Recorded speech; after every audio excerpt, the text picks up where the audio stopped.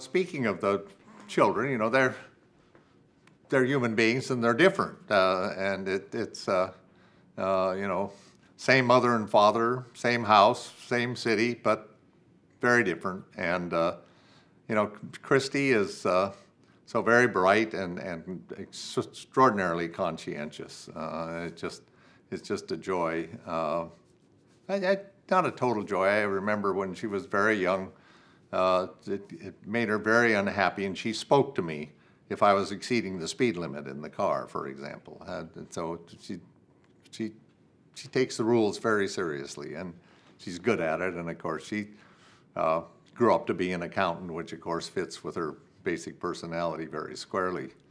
Bill, on the other hand, he's an unusual person, in part because he's just had an enormous pile of incredible good fortune in his life, which he would be the first to acknowledge as being an important part of the economic success that he's enjoyed. But he's good at what he does. That goes almost without my saying it. The other things that I know about him, which I exult in, which are not quite so widely known as I don't think he's forgotten anything he ever learned. It's just really extraordinary. You can get into a conversation with him about the world oil supply and what percentage of it comes from Nigeria and things of that kind. He just chock full of all the stuff he's learned over the course of 50 years of life.